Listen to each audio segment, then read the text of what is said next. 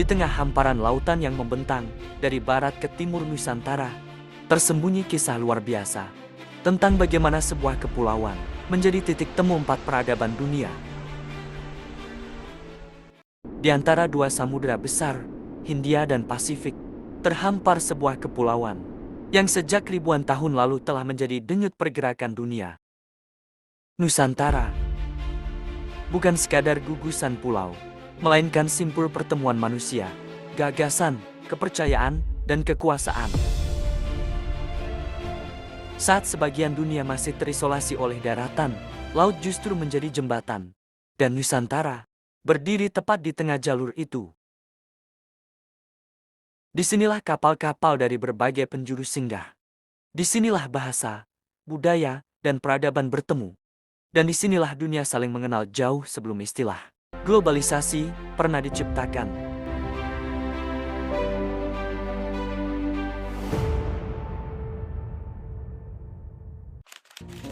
Jauh sebelum bangsa Eropa datang, jalur laut Nusantara sudah menghubungkan India, Tiongkok, Timur Tengah, dan budaya Austronesia. Pertukaran yang menghubungkan beberapa negara tidak hanya menggerakkan ekonomi, tetapi membentuk identitas kita sebagai bangsa. Rempah-rempah yang tumbuh di tanah vulkanik Kepulauan Nusantara menggerakkan roda ekonomi lintas benua. Namun, yang berpindah bukan hanya barang dagangan. Ide berpindah, agama berpindah, ilmu pengetahuan berpindah.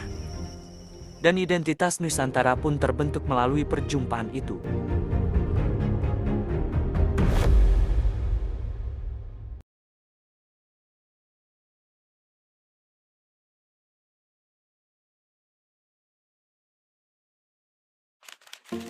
Menurut penelitian Sulistiono dan Amaruli, rempah-rempah dari Nusantara telah memasuki pasar global jauh sebelum dominasi Eropa. Jalur Laut India-Cina menjadi sumbu utama yang melewati seluruh kepulauan Indonesia. Angin monsun membuat kapal-kapal bisa bergerak teratur. Desember ke barat, Juni ke timur. Bagi pelaut kuno, Nusantara bukan rintangan, tetapi rumah persinggahan. Setiap tahun, angin membawa kapal dari India menuju timur, dan 6 bulan kemudian, angin yang sama mengantarkan mereka kembali ke barat. Pola alam ini menciptakan sistem perdagangan yang teratur, dapat diprediksi, dan berkelanjutan. Nusantara tidak berada di luar jalur perdagangan dunia. Nusantara justru berada di jantungnya. Pelabuhan-pelabuhan di Sumatera, Jawa, Kalimantan, hingga Maluku menjadi rumah singgah bagi pelaut lintas peradaban. Disinilah transaksi terjadi, disinilah pertukaran dimulai.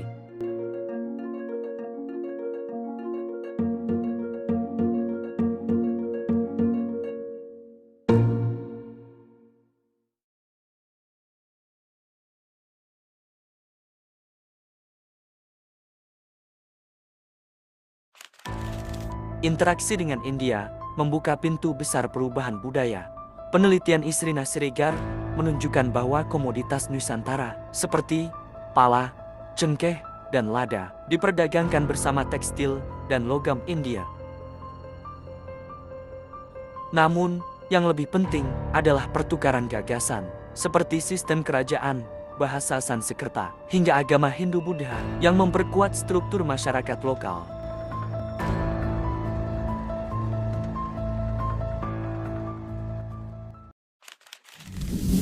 Jalur rempah bukan hanya jalur ekonomi, tetapi jalur ide.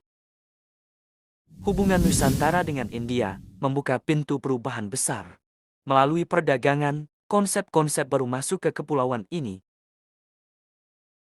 Seperti sistem kerajaan, konsep raja sebagai pemegang legitimasi kosmis. Bahasa Sanskerta sebagai bahasa ilmu dan kekuasaan. Agama Hindu dan Buddha tidak datang melalui penaklukan, melainkan melalui interaksi damai dan adaptasi lokal. Masyarakat Nusantara tidak menyalin mentah-mentah. Mereka memilih, menyesuaikan, dan mengolah. Candi-candi berdiri sebagai bukti pertemuan budaya. Prasasti-prasasti mencatat lahirnya elite politik baru. Jalur rempah tidak hanya membawa barang, tetapi juga membentuk struktur sosial dan budaya yang bertahan berabad-abad.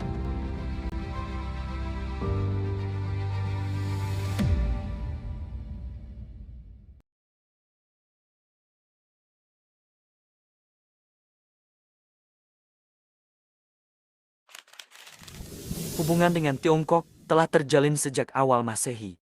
Dalam kajian Maulana dan kawan-kawan, Pelabuhan Nusantara berperan sebagai titik logistik bagi pelayaran Tiongkok menuju India.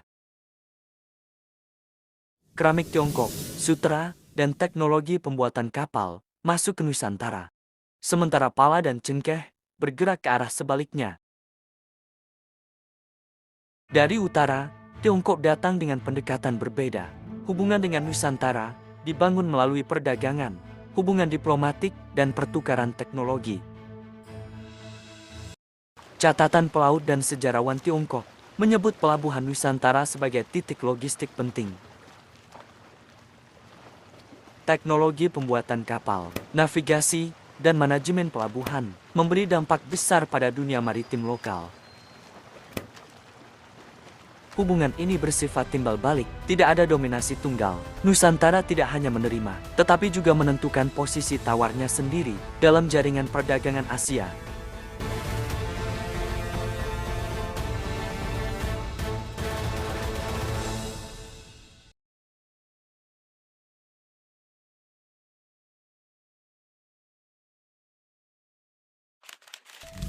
Pedagang Arab dan Persia mulai singgah di pesisir Nusantara sejak abad awal Islam. Dalam studi Sulistiono dan Muhsin, jalur rempah menjadi jalur penyebaran ilmu navigasi, penanggalan, dan ajaran agama. Samudera Pasai menjadi simpul penting. Dalam penelitian Hamid menyebut bahwa Aceh Utara sebagai jaringan Islam rempah paling aktif di Asia Tenggara pada abad ke-13 hingga ke-16. Pedagang Arab dan Persia datang membawa lebih dari sekadar barang. Mereka membawa agama, mereka membawa ilmu, mereka membawa jaringan dunia Islam.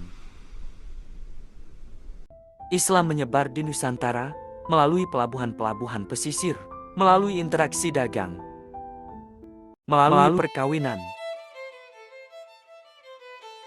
melalui pendidikan. Samudera Pasai menjadi salah satu simpul terpenting. Disinilah rempah bertemu dengan iman.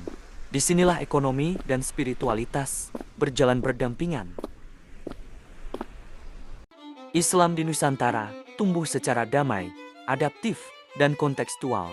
Islam Nusantara menyatu dengan budaya lokal tanpa menghapus identitas yang telah ada.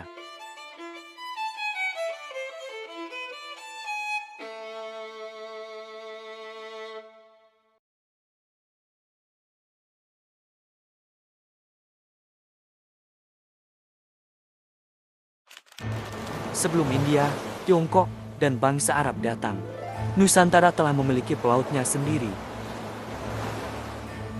Leluhur Austronesia yang bermigrasi ribuan tahun lalu, hingga membangun teknologi maritim yang luar biasa, seperti perahu bercadik, layar tanja, dan kemampuan membaca angin serta bintang.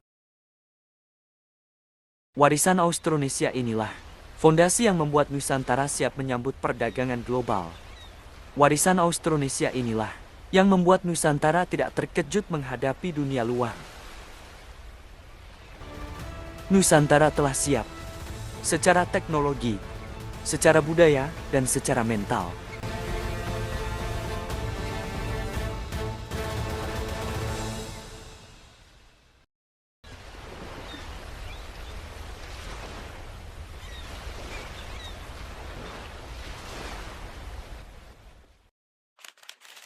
Empat peradaban bertemu di sini. India membawa ide, Tiongkok membawa teknologi, Timur Tengah membawa agama dan ilmu, dan Austronesia membawa identitas maritim. Nusantara bukan tempat terpencil, tetapi pusat jaringan dunia. Dan perjalanan ini baru dimulai.